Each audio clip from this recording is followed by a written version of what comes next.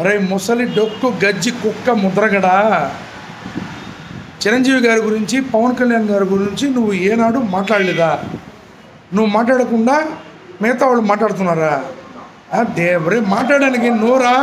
అది పెంట కుప్పంటరా, మట్టి గడ్డనాయాలా నువ్వు నీ బతుకు చెడ. చచ్చే ముందు ఎందుకురా నీకు ఈ దరిద్రపు అలవాట్లు?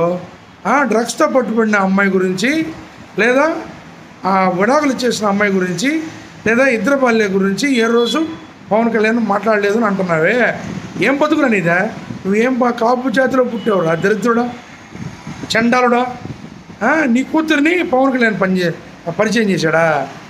ఆమె సోషల్ మీడియా ముందరకు వచ్చి నేను పలానా ముద్రగడ కూతురిని, వాడొక దరిద్రుడు, వాడొక చెరుకుగడ, దేనికి పనికిరాని పిప్పి నా కొడుకు అని చెప్పి నీ గురించి ఓ అని తెగ చెప్పి పోయింది. తర్వాత పవన్ కళ్యాణ్ గారు పిలిచి తప్పమ్మా, నాన్నగారిని ఇలా అనకూడదు, ఈ విధంగా ఉండాలా అని చెప్పి ఆమెను సర్ది పెట్టి బహిరంగ సభకు వస్తే అందరి ముందర నాన్నగారి పర్మిషన్ లేకుండా చేర్చుకోవాలని క్లారిటీగా చెప్పి పంపిస్తే నువ్వేం మాట్లాడుతున్నావురా దరిద్రపు ముండా కూడా. నాకు టెన్షన్ ఎక్కువ అయిపోతుంది నేను తలుచుకుంటేనే. నువ్వు ఏం బతుకు నీది? నువ్వు కాపు జాతిలో పుట్టి ఒక కాపు నాయకుడు, కాపుల్లో పుట్టిన నాయకుడు, కాపు నాయకుడు కాదు అందరు నాయకుడు, ఆయన కాపుల్లో పుట్టాడు కాబట్టి మేమందరం కాపు నాయకుడిగా కొలుస్తున్నాము, ఏంటో తప్పు లేదు.